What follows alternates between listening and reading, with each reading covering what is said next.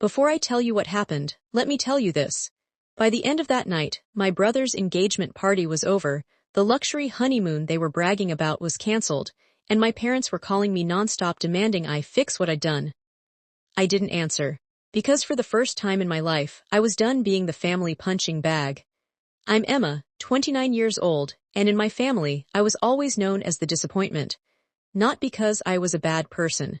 Not because I got into trouble, but because I didn't become what my parents wanted. My older brother Jason was the golden child. Everything he did was amazing. Failed a class. He's just under pressure. Quit 3 jobs in 2 years. He's finding himself. Meanwhile, I worked 2 jobs through college, paid my own bills, and built a successful event planning business from scratch. Yet somehow I was still the difficult one. For years I tried to earn their approval. Every birthday, every holiday, every family gathering. Nothing was enough. Eventually I stopped trying and focused on my own life. The funny thing, the more successful I became, the more resentful my family seemed. Then Jason got engaged. My parents treated it like a royal wedding. For months, all anyone talked about was the engagement dinner. One evening my mother called. "Emma, we need your help." I should have known better. Turns out they wanted me to organize the entire engagement celebration. The venue, the catering, the decorations, the transportation, even the hotel reservations, for free. Because family helps family. Against my better judgment, I agreed. Partly because I loved event planning. Partly because I hoped maybe this time things would be different. Over the next 3 months, I handled everything. I negotiated discounts, used my professional connections, spent countless hours making sure every detail was perfect. The venue alone would have cost thousands more without my contacts. Nobody thanked me, not once. But I ignored it. I told myself the event wasn't about me. The engagement dinner finally arrived. The ballroom looked beautiful, soft lighting, elegant centerpieces. Everything was running perfectly. Guests kept complimenting the event.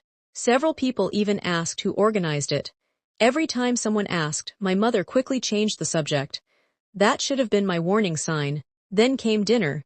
Each guest had a personalized place card. I smiled when I saw people finding their seats, until I reached mine. At first I thought I was reading it wrong, then I looked closer. My place card didn't say Emma, it said, "The Failure," just those 2 words, "The Failure." For a second I couldn't move. I honestly thought it had to be some mistake. Then I heard laughter, not from strangers, from my family. My brother was laughing, his fiancée was laughing, my parents were laughing. Several cousins were laughing too. Jason looked directly at me and said, "Come on, Emma, it's just a joke." A joke. Years of disrespect boiled down into 2 words printed on a card, "The Failure," and everyone thought it was hilarious. Something inside me finally snapped. Not loudly, not dramatically, just quietly. Like a rope breaking after being stretched too far, I sat down, smiled, and waited. Dinner continued. People ate, drank, celebrated. The laughter eventually died down. They assumed I'd accepted the humiliation like I always had. That's what they'd trained me to do. About 20 minutes later, Jason stood up to give a toast. He started thanking everyone who made the evening possible. My parents, his fiancée, friends, relatives, everyone except the person who actually organized the event. Me, the room applauded. Then I stood up. I picked up my wine glass. The room became quiet. My mother immediately looked nervous. She knew that look on my face. I smiled. "Since we're making toasts," I said, "I'd like to say a few words too."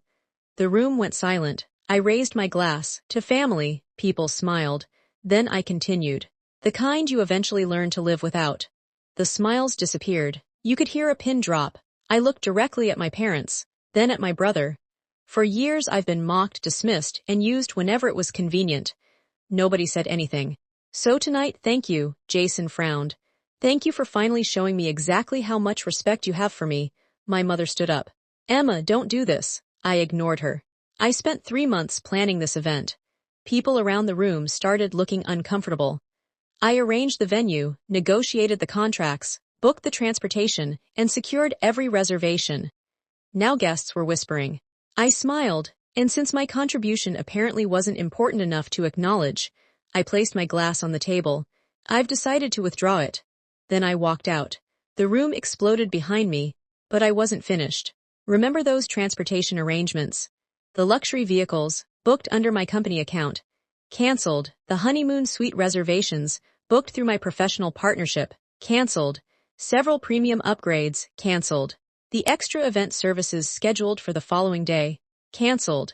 Every contract that legally belonged to me was gone within an hour. I didn't break any agreements. I simply removed services I personally provided. The consequences were immediate. My phone started ringing before I even got home. Mom, Dad, Jason, his fiancée, again and again. I ignored every call. Then the messages started. How could you embarrass us? You ruined the engagement. Everyone is talking about this. You're being selfish. My favorite was from Jason. It said, "You took a joke too seriously." I stared at that message for a long time. Then I blocked his number. Over the next week, more details emerged. Several guests had been horrified by what happened. Apparently many thought the place card was cruel. A few relatives even confronted my parents afterward. For once, the family narrative wasn't working. People had witnessed everything themselves. My parents eventually showed up at my apartment. My mother cried. My father demanded an apology. Neither apologized to me, not once. They just wanted things to go back to normal. To the version of normal where I accepted being treated badly. I refused. I told them something I'd never said before. If the family needs a failure so badly, you'll have to find someone else. Then I closed the door. That was 8 months ago. We barely speak now. And honestly, my life has never been more peaceful. My business is thriving. My stress is gone. And for the first time, I understand something important. Losing toxic family members isn't always a loss.